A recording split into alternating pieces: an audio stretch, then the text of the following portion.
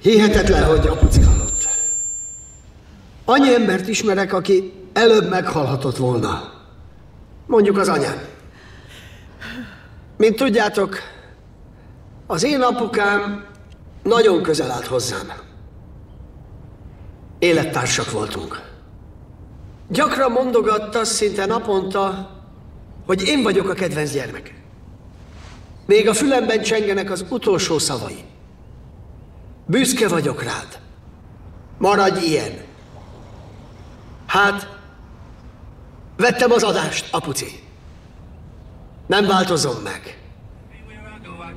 Soha, de soha.